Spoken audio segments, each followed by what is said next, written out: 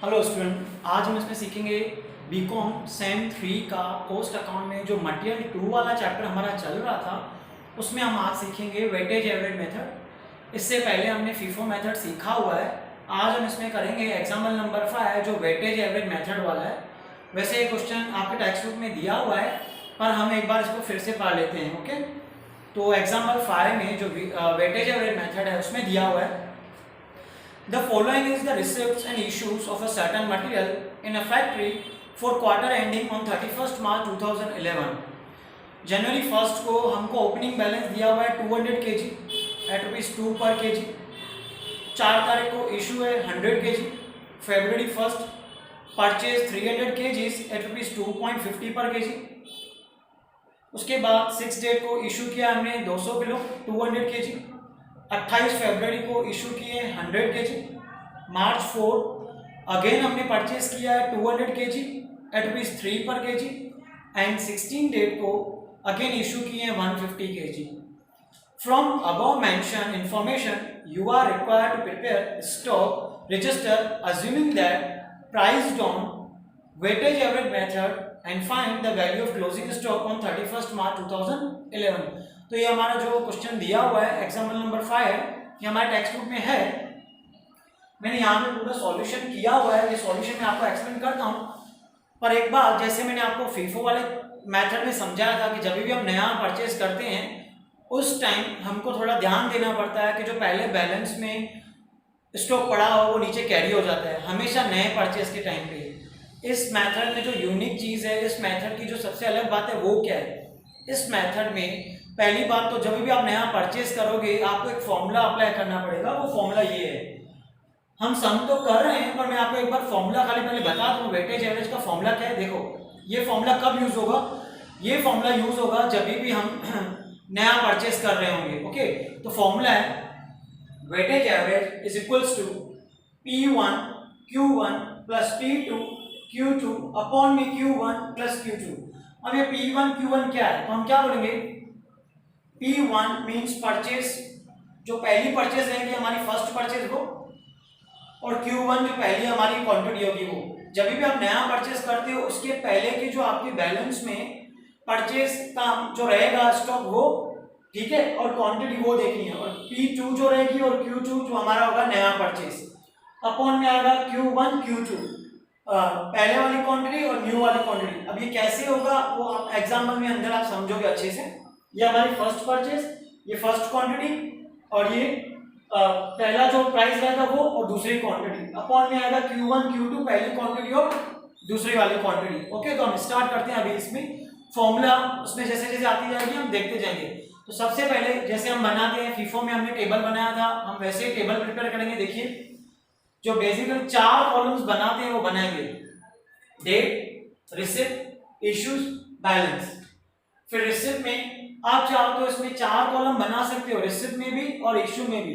कैसे, जब भी आप नया परचेस करोगे तो जो भी आपको इनवर्ड नंबर अगर क्वेश्चन में एग्जाम्पल में दिया हो तो आप भले एक्स्ट्रा कॉलम बना सकते हो, जिसको क्या बोलते हैं इनवॉइस इनवर्ड नंबर। ठीक है, यहाँ पे लेंथ कम करने के लिए मैंने नहीं बनाया है, आप बनाइए। और अगर क्वेश्चन में आपको इनवर्ड इनवॉइस नंबर दिए हुए हैं तो आपको बस वो वहां पे लिखने हैं ट्रांजैक्शन के आगे। ओके, सो रिसिप्ट में बनाएंगे क्वांटिटी, रेट, अमाउंट, इश्यूज में क्वांटिटी, रेट और अमाउंट, बैलेंस में क्वांटिटी, रेट और अमाउंट। ठीक है, आते हैं क्वेश्चन में। जो हमारा सबसे पहला ट्रांजैक्शन था उसमें दिया हुआ था 2011 जनवरी 1 हमको बैलेंस दिया गया था। कितना बैलेंस था, 200 kg। देखो 200 kg, 2 रुपीज रेट था उसका, 200 इंटू 2 कितना होगा 400। सेम डेट पे इशू कुछ भी नहीं है, बैलेंस में लिखेंगे 200, 2 के हिसाब से 400। उसके बाद 4 तारीख को हम इशू कर रहे हैं। 4 तारीख को हम कितना इशू कर रहे हैं, 100 kg इशू कर रहे हैं। तो हमारे पास बैलेंस में कितना था, हमारे पास बैलेंस में 200 है, 200 kg है, 200 kg जिसमें से 100 हमने 4 जनवरी को इशू कर दिए। तो 100 2 रुपीज रेट के हिसाब से, तो 100 इंटू 2 हो जाएगा 200। बैलेंस में कितना बचा, 200 में से 100 गए, बैलेंस रहेगा 100 kg, सेम रेट 2 रुपीज के हिसाब से, तो 100 इंटू 2 हो जाएगा 200। ओके, पहली जनवरी को ओपनिंग बैलेंस था 200 का, 2 के हिसाब से 400 जो हमने बैलेंस में सेम रखा। उसके बाद नेक्स्ट 4 जनवरी को हमको इशू बताया गया है एग्जाम्पल में कितना 100 kg 2 रुपीज के हिसाब से, तो 100 इंटू 2 200 हो जाएगा। अभी जो ये 200 है हमारे पास जो बैलेंस में 200 kg था जिसमें से आप 100 दे चुके हो, तो बाकी 100 आपने प्रोडक्शन में सेंड किया हुआ है, बाकी कितना बचा बैलेंस में रिमेनिंग रहेगा 100 kg 2 रुपीज के हिसाब से 200। ओके, तो ये 2 डेट हो गए। अब आते हैं February 1 को। February 1 को हम नया स्टॉक जो है वो परचेस कर रहे हैं, ठीक है। तो हम इसको क्या बोलेंगे, परचेस टू। देखिए 300 का हमने जो है 300 kg का स्टॉक परचेस किया है, कितने में 2.5 पर kg के हिसाब से, तो 300 इंटू 2.5 हो जाएगा 750। ओके, अब ये नया परचेस है, नया परचेस है तो मैंने क्या बोला था, जब भी न्यू परचेस होगा तो उस टाइम पे हमको ये फॉर्मूला को ध्यान देना है। ये क्या है, प्राइस 1 यहाँ परचेस 1 और ये उसकी क्वांटिटी प्लस प्राइस 2 और उसकी क्वांटिटी अपॉन में Q1 Q2। तो हमने सामने वो पहली परचेस हमारे एग्जाम्पल में 2 बार परचेस हुई है, तो ये पहली परचेस का मैंने फॉर्मूला लिखा है। देखिए P1 Q1 plus P2 Q2 upon में Q1 Q2। ये परचेस रेट है, ये जो परचेस रेट है वो पहली परचेस का है और ये जो क्वांटिटी है वो पहली परचेस की है। कैसे देखेंगे, जो P1 Q1 है वो नई परचेस के पहले जो हमारे पास स्टॉक में था उसका देखना है। देखिए जैसे प्राइस है, जो आप नई परचेस कर रहे हो उसके पहले हमारे पास बैलेंस में कितना रेट है 2, तो वो 2 रखा। क्वांटिटी कितनी थी 100, तो हमने 100 रखी, plus P2 price of new purchase. देखो प्राइस ऑफ न्यू परचेस क्या है 2.5, वो हमने रखा, और Q2 क्वांटिटी जो है नेक्स्ट न्यू परचेस की वो है 300, वो हमने रखी, अपॉन में आएगा Q1 Q2। जो पुरानी क्वांटिटी है 100 वो रखेंगे और जो नई क्वांटिटी है 300 वो रखेंगे। देखिए तो 2 इंटू 100 हो जाएगा 200, 2.5 इंटू 300 हो जाएगा 750, और दोनों की क्वांटिटी प्लस करेंगे 100 और 300 तो हो जाएगा 400।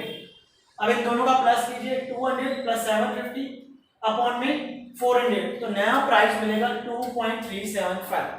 मैं फिर से समझा रहा हूं, P1 Q1 plus P2 Q2 upon में Q1 प्लस Q2 क्या है। देखिए P1 Q1 जो है वो किसको बिलोंग करता है, P1 Q1 जो है जो हमारी पुरानी परचेस और क्वांटिटी है ये यहाँ पे दी हुई है। February 1 को हमारा नया परचेस था, February 1 को नया परचेस था, तो उसके पहले जो हमारे पास स्टॉक में है प्राइस 2 रुपीज का और क्वांटिटी 100 की, ये 2 रुपीज का प्राइस और क्वांटिटी 100 की हमको P1 Q1 की जगह रखनी है। फिर जो नई परचेज है 300 और 2.5 इसका रेट है वो हमको P2 Q2 की प्लेस पे रखना है, और अपॉन में Q1 Q2 क्या होगा, पहले वाली क्वांटिटी और न्यू वाली क्वांटिटी। तो पहले वाली क्वांटिटी क्या है हमारे पास यहाँ पे 100 और नई वाली क्वांटिटी क्या है 300, तो वो हमने नीचे रख दी। इसको सिंप्लीफाई किया तो आएगा 2.375। अब ये जो 2.375 आया ये हमको नया रेट मिला है, तो आप कैसे करोगे, देखो नई परचेज थी 300 इंटू 2.5 750।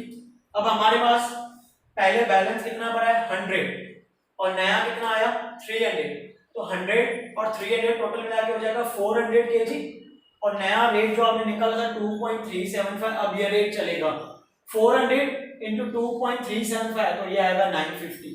तो जब भी नया परचेज होगा आपको ये वाला प्रोसीजर फॉलो करना रहेगा। सो 400 2.375 हो जाएगा 950। उसके बाद 6 फरवरी को हम इशू कर रहे हैं, हमारे एग्जाम्पल में दिया है 6 फरवरी को हम इशू कर रहे हैं 200 kg। तो 200 kg लेंगे, रेट तो वही लेंगे जो हमारे पास अभी आया 2.375, तो 200 इंटू 2.375 हो जाएगा 475।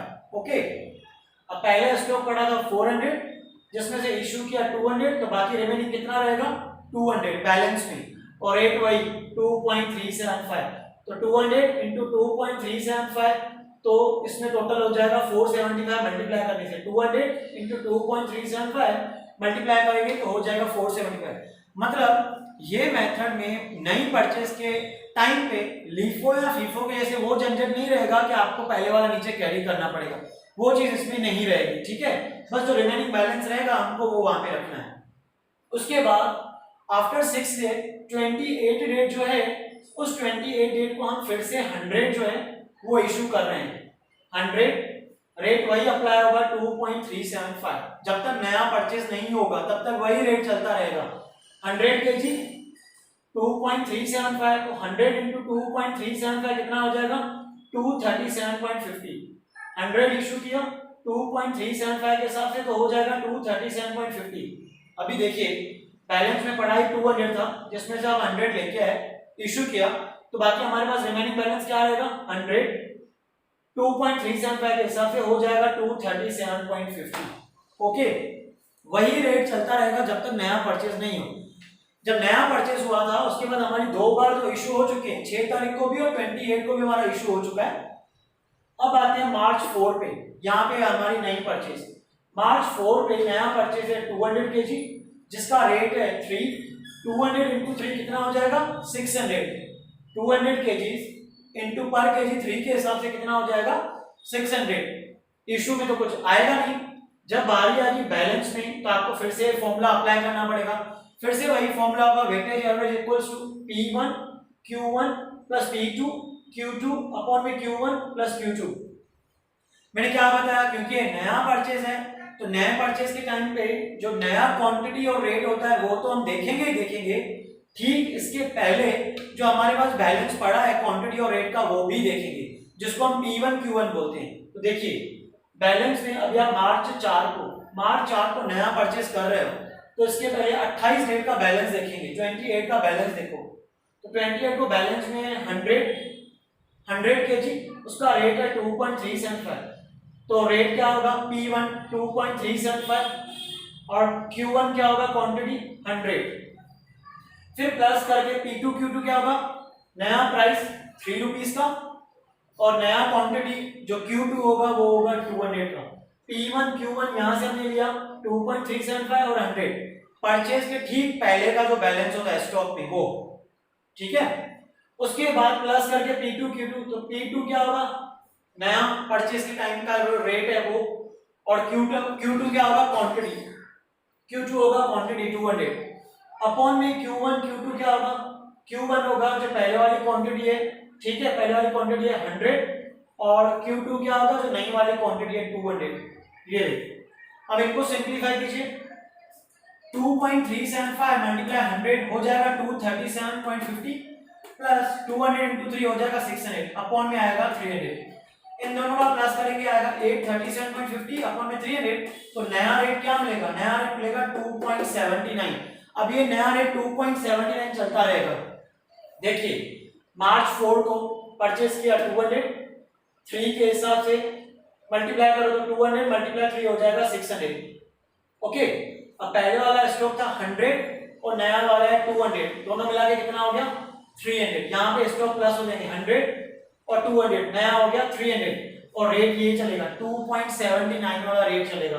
तो 300 इंटू 2.79 टोटल आएगा 837.5। ओके, उसके बाद 16 मार्च को कोई परचेज नहीं है। 16 मार्च को हमारे इश्यूज हैं 150 के। 16 मार्च को हमको एग्जाम्पल में दिया हुआ है कि 16 मार्च को हम 150 केजी जो है वो इशू कर रहे हैं, तो इशू के कॉलम में आएगा 150, रेट जो नया अभी अप्लाई हो गया जो यहाँ पे निकला 2.79 वही चलता रहेगा। सो 150 2.79 से मल्टीप्लाई कीजिए, 150 इंटू 2.79 हो जाएगा 418.75।